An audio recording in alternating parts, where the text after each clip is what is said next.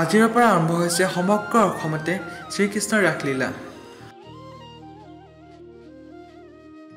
মুখৰিত হৈ পৰিছে ৰাজ্যৰ বিভিন্ন জিলাৰ ৰাস মহোৎসৱ। গুৱাহাটীৰ নবীন নগৰো ব্যতিক্ৰম নহয়। ৪২তম নবীন নগৰ ৰাস মহোৎসৱ আয়োজন।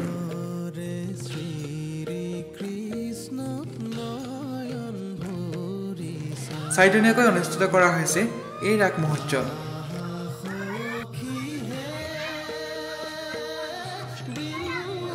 ১৫ নৱেম্বৰৰ পৰা ১৮ নৱেম্বৰলৈ চলি থাকিব এই ৰাস মহোৎসৱ।